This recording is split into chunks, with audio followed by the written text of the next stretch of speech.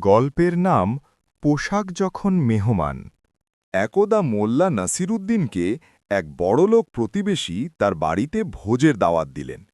মোল্লা সেদিন বাগানে কাজ করছিলেন, তাই তার পরনে ছিল খুব সাধারণ, পুরনো এবং কিছুটা ময়লা কাপড়।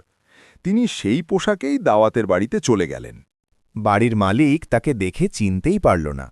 দরোয়ান তাকে ভেতরে ঢুকতে দিচ্ছিল না, আর মালিকও তাকে অবজ্ঞা করে নিচু জায়গায় বসিয়ে রাখল। কেউ তাকে খাবারও দিচ্ছিল না। মোল্লা চুপচাপ বাড়ি ফিরে গেলেন। তিনি তার আলমারি থেকে সবচেয়ে সুন্দর রেশমি জুব্বা, পাগড়ি এবং দামি জুতো পরে একদম রাজকীয় বেশে আবার সেই ভোজসভায় ফিরে এলেন। এবার তো হুলুস্থুল কাণ্ড। বাড়ির মালিক নিজে দরজায় এসে তাকে অভ্যর্থনা জানাল এবং সবচেয়ে ভালো জায়গায় বসাল। একের পর এক সুস্বাদু খাবার মোল্লার সামনে আনা হল। কিন্তু মোল্লা নাসিরুদ্দিন খাওয়া শুরু করলেন না। তিনি চামচ দিয়ে ঝোল তুলে তার দামি জুব্বার পকেটে ঢালতে লাগলেন এবং বলতে লাগলেন, খাও জুব্বা সাহেব, খাও। এই পোলাও কোরমা তোমার জন্যই, আমার জন্য নয়। পুরো মজলিস অবাক। বাড়ির মালিক লজ্জিত হয়ে জিজ্ঞেস করল, মোল্লা সাহেব, আপনি এ কি করছেন? জুব্বাকে কেন খাওয়াচ্ছেন?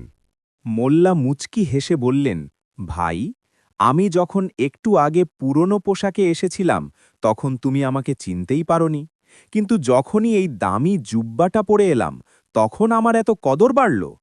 তার মানে দাওয়াতটা আসলে আমাকে নয়, আমার এই দামি পোশাককে দেওয়া হয়েছে, তাই খাবারগুলো পোশাকেরই প্রাপ্য। মালিক তার ভুল বুঝতে পারল এবং সবার সামনে ক্ষমা চাইল। গল্পের শিক্ষা, মরাল। ইসলাম আমাদের শেখায় মানুষকে তার পোশাক বা সম্পদ দেখে বিচার না করতে। মানুষের আসল পরিচয় তার চরিত্রে ও তাকওয়ায়, আল্লাহ ভীতিতে, তার বাহ্যিক চাকচিক্যে নয়।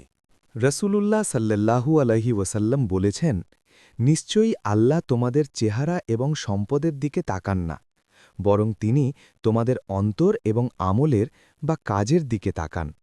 সহি মুসলিম।